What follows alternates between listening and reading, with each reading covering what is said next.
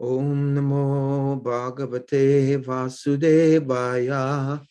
Om Namo Bhagavate Vasudevaya. Om Namo Bhagavate Vasudevaya. Narayanam Namaskritya Naram Chaiva Narottamam Devim Sarasvatam Vyasam Tato Jayam Udirayit Nasta Prais Vabhadreshu Nityam Bhagavati Sevaya Bhagavati Uttama Shloke Bhaktir Bhavati Naishtiki Idam Bhagavatam Nama Puranam Samitam Uttama Shloka Charitam Chakara Bhagavan Rishi Nisheshaya Lokasya Tanyam Svastayanam Mahat Jai Sri Krishna Chaitanya Prabhu Nityananda Sri Advaita Gadadhar Sivasari Gaura Bhakta Vrinda Hare Krishna Krishna Krishna Hare Hare Hare Rama Rama Rama Hare Hare. Welcome to reading the Srimad Bhagavatam. Starting a new chapter, DHrtarastra quits home. Unfortunately, I could not find my glasses, so, well, you know, I'll use a magnifying glass, and that way I'll be able to also chant the Sanskrit, which Srila Prabhupada wanted us to do. Okay. So I'm just going to read the last verse from the birth of Emperor Pricket from the previous chapter 12, and then we'll start with this chapter. Thank you for joining me. Text 35. Ahuto Bhagavan Ragya Yayayitva Vijayar Nripam Uvasa Katichin Masan Suridam Priya Kamyaya. Translation: Lord Krishna, the personality of Godhead, being invited to the sacrifices by Maharaj Yudhishthira, saw to it that they were performed by qualified twice-born Brahmins. After that, for the pleasure of the relatives, the Lord remained a few months. Purport. Translation and purport by His Divine Grace, A.C. Bhaktivedanta Swami, Srila Prabhupada. Lord Sri Krishna was invited by Maharaj Yudhishthira to look into the supervision of the performance of yajna, and the Lord to abide by the orders of his elderly cousin, caused the performance of yajnas by learned twice-born Brahmins. Simply taking birth in the family of a Brahmin does not make one qualified to perform yajnas. One must be twice born by proper training and initiation from the bona fide acharya. The once-born scions of Brahmin families are equal with the once-born Sudras, and such Brahma Bandhus or unqualified once-born scions must be rejected for any purpose of religious or Vedic function. Lord Sri Krishna was entrusted to look after this arrangement. And perfect as he is, he caused the yajnas to be performed by the bona fide twice-born Brahmins for successful execution. Om Jnana Timirandasya Gyananjana Shalakaya Chakshurun Militam Yena Tasmai Shri Guruve Namaha.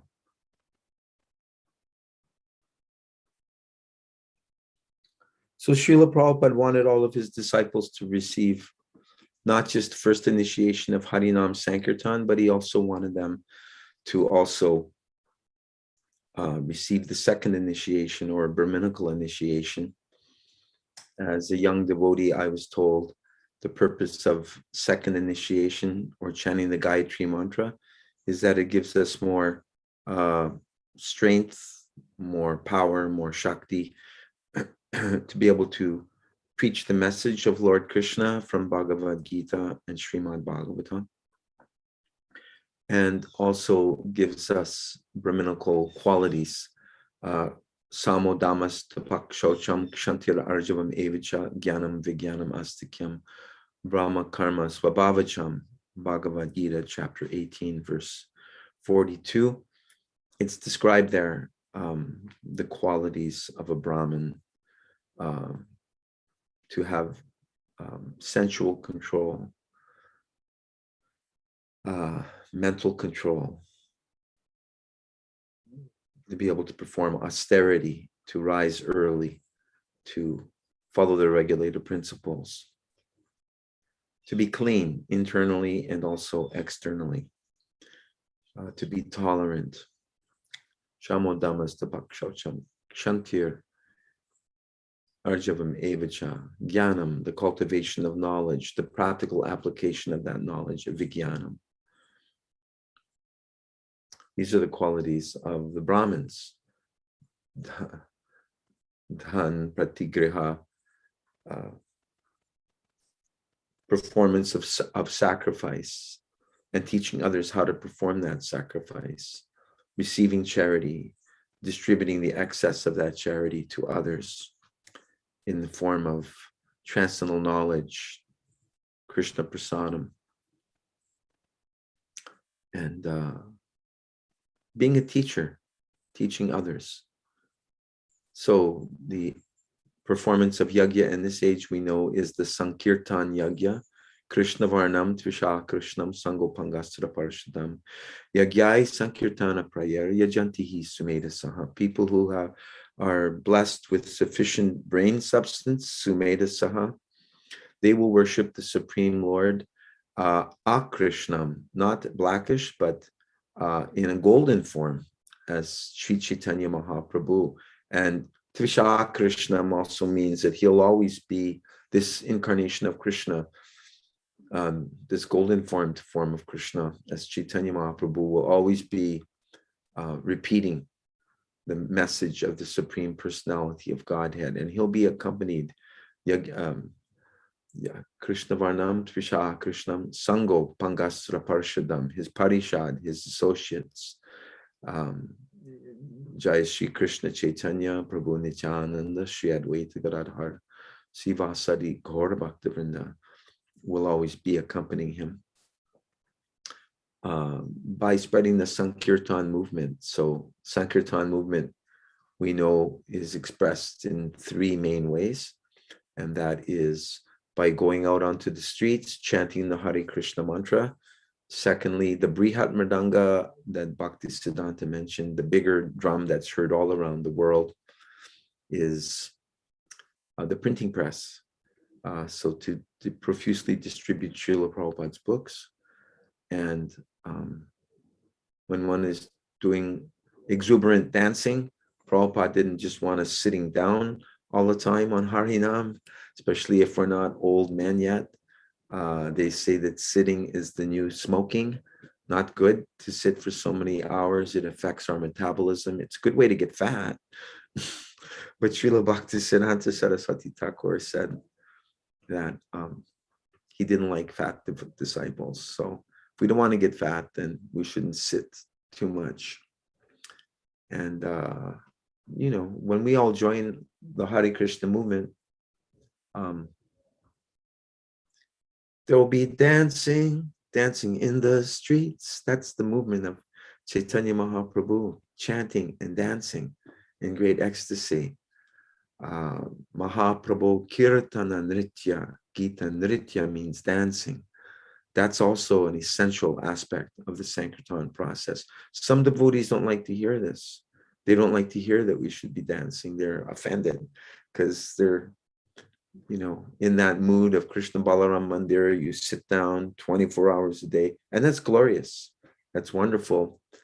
But we know that Prabhupada would go like this. He liked very much for us to be dancing in the kirtan as well. So yes, that's the process of yajna that Brahmins in Kali Yuga are meant to be performing. It's not enough just to have the Sharma family name, which means, Brahminical family, but no. It's interesting also on Janmashtami, Prabhupada said there should be procession.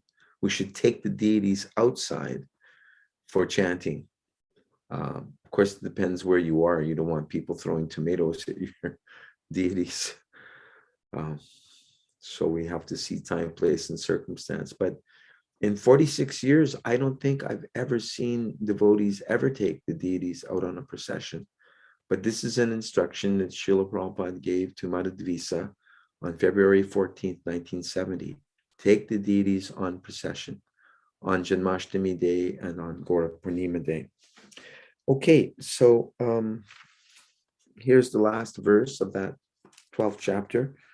O Shaunaka, thereafter the Lord, having bade farewell to King Yudhishthir, Draupadi and other relatives, started for the city of Dwarka, accompanied by Arjuna and other members of the Yadu dynasty. Okay, so now we begin a new chapter, 13. DHrtarastra quits home. Sutta uvacha viduras tirta yatrayam maitreyad atmanogatim yatvagad dashtina puram tayavapta vivitsitaha. Sutta uvacha, Sri Sutta Goswami said, Vidura, Tirtha Yatrayam, while traveling to different places of pilgrimage, Maitreyat, from the great sage Maitreya, Atmanaha, of the self, Gatim, destination, Gyatva, by knowing it, Gat, went back, Hastina, Param, the city of Hastinapur, Taya, by that knowledge, Avapta, sufficiently, a gainer, Vivitsitaha, being well versed in everything knowable. Translation. Sri Sutta Goswami said, while traveling on a pilgrimage, Vidura received knowledge of the destination of the self from the great sage Maitreya, and then returned to Hastinapur. He became as well versed in the subject as he desired. Report.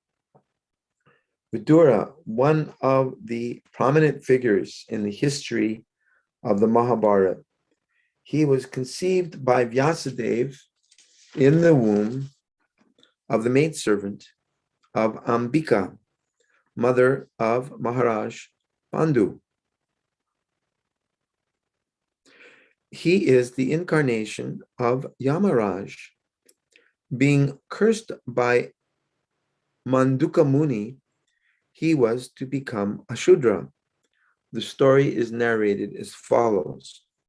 Once upon a time, the state police caught some thieves who had concealed themselves in the hermitage of Manduka Muni.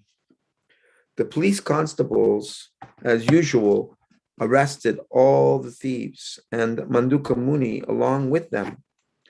The magistrate specifically persuaded the magistrate specifically punished the Muni to death by being pierced with a lance. When he was just to be pierced, the news reached the king, and he at once stopped the act on consideration of his being a great Muni. The king personally begged the Muni's pardon for the mistake of his men, and the saint at once went to Yamaraj, who prescribes the destiny of the living beings. Yamaraj, being questioned by the Muni, replied that the Muni, in his childhood, pierced an ant with a sharpened straw, and for that reason he was put into difficulty. The Muni thought it unwise on the part of Yamaraj that he was punished for his childish innocence, and thus the Muni cursed Yamaraj to become a Shudra. And this Shudra incarnation of Yamaraj was known as Vidura, the Shudra brother of DHrtarastra and Maharaj Pandu. But this Shudra, son of the Kuru dynasty, was equally treated by Bhishma Dev, along with his other nephews, and in due course, Vidura was married with a girl who was also born in the womb of a Sudrani by a Brahmin.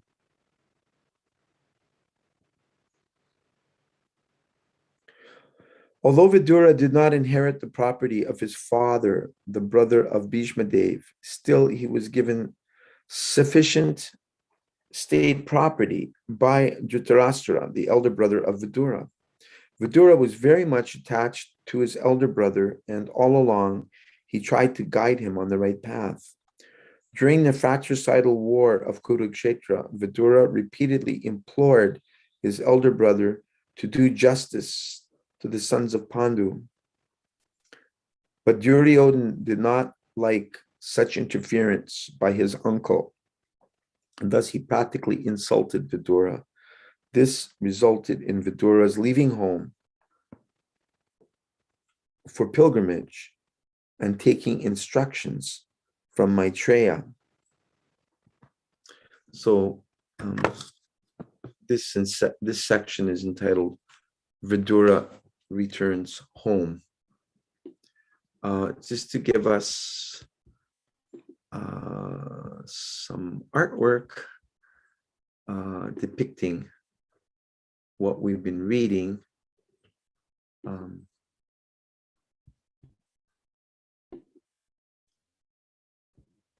Here we go.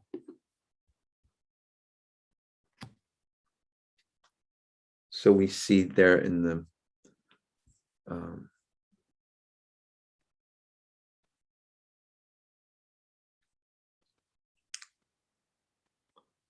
Mandavya Muni.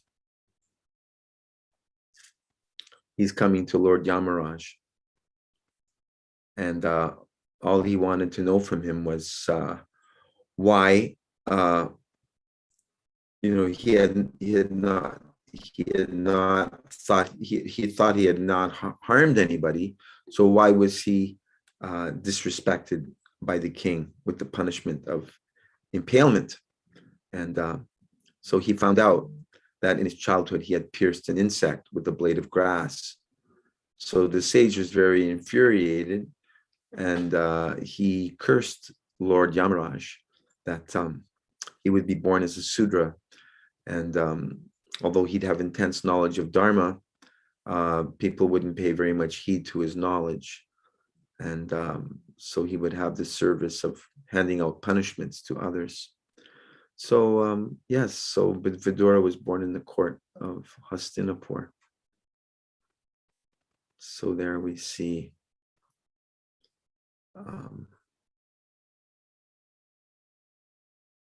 in the bottom corner there, the young man hurting the insect. So we can understand that very dangerous to hurt any living entity. Otherwise, there's karmic reactions for that. So there's some of the artwork showing this part of the Bhagavatam.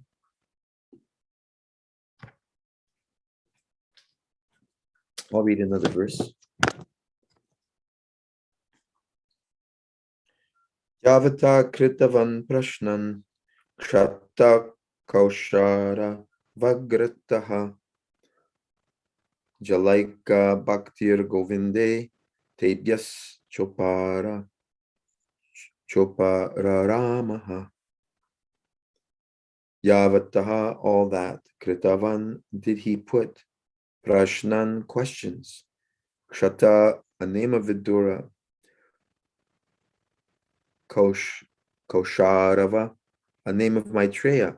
Agrataha, in the presence of Jata, having grown up, Eka, one. Bhakti, transcendental loving service. Govinde, unto Lord Krishna. Tebya, regarding further questions. Cha, and Upararama, retired from. Ha, in the past. Translation. After asking some questions and becoming established in the transcendental loving service of Lord Krishna, Vidura retired from putting questions to Maitreya Muni. Purport. I don't know if you can hear all those geese. I live in a geese sanctuary almost. They just congregate here on the river. And this is where they grow their families. We'll be getting ready to go south in a while. Okay, so purport. Vidura retired from putting questions before Maitreya Muni when he was convinced by Maitreya Rishi that the summum bonum of life is to be finally situated in the transcendental loving service of Lord Sri Krishna, who is Govinda, or one who satisfies his devotees in all respects. So you can see why Prabhupada said we should call our restaurants Govindas, because everyone becomes satisfied in all respects. We see that there's many, the restaurants with different names that are opened by devotees, but Prabhupada liked the name Govindas because it means one who's satisfied in all respects, or one who satisfies others in all respects. So yes, by honoring prasadam at Govindas, then one becomes satisfied in all respects. Hopefully the demoniac governments will not be mandating more of our devotees to be injected with mRNA toxins in order to be able to, in the name of a vaccination, which it's not at all, in order to be able to cook in our restaurants. People are concerned about viral shedding. Will viral shedding, because prasadam is prasadam, right? It's directly non-different from Krishna.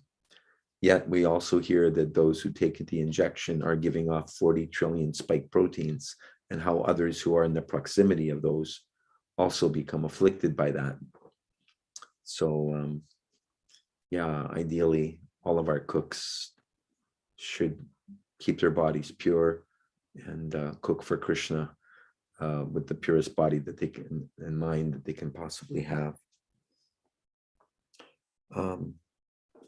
So the conditioned soul, the living being in material existence, seeks happiness by employing his senses in the modes of materialism, but that cannot give him satisfaction.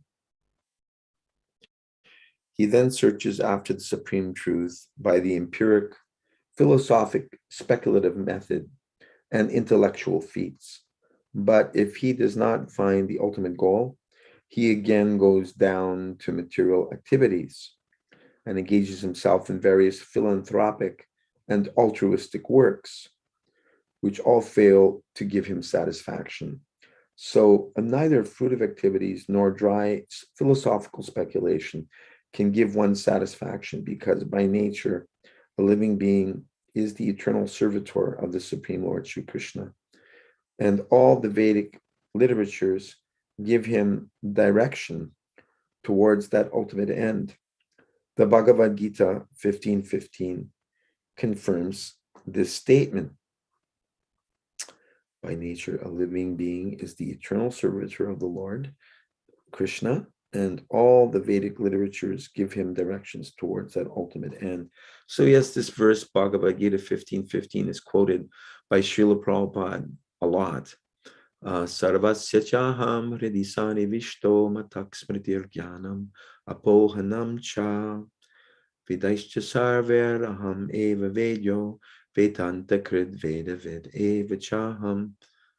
I am situated in everyone's heart as the super soul. And from me comes all knowledge, remembrance, and forgetfulness. I am the knower of the Vedas. I am the goal of the Vedas. I'm the knower of the Vedas. I'm the compiler of the Vedas. By all the Vedic literatures am I to be known. Very popular verse that Prabhupada quotes extensively. Like Vidura, an inquisitive conditioned soul must approach a bona fide spiritual master like Maitreya, and by intelligent inquiries must try to know everything about karma, fruit of activities, gyan, philosophical research for the supreme truth, and yoga, the linking process of spiritual realization. One who is not seriously inclined to put questions before a spiritual master and not accommodate a show bottle spiritual master, nor should a person who may be a spiritual master for others pose to be as if he is unable to engage his disciple ultimately in the transcendental loving service of Lord Sri Krishna. Vidura was successful in approaching such a spiritual master like Maitreya, and he got the ultimate goal of life, bhakti unto Govinda. Thus, there was nothing to be known further about spiritual progress. So that section of the Bhagavatam was entitled The Supreme Knowledge. And we'll continue tomorrow with more readings of the adventures of Vidura, going to visit his brother DHrtarastra to give him the sauce, to give him some sobering instructions to prepare himself for leaving his body, which is something that we all need to be doing at every moment, because we never know when it's coming, right? Like a thief at night, as sure as death and taxes, as the saying goes. Thank you so much for joining me today. Vanchakalpatarubhyascha, kripasindhubhyevacha, patitanang pavanebhyo, vaishnavebhyo, namo namah.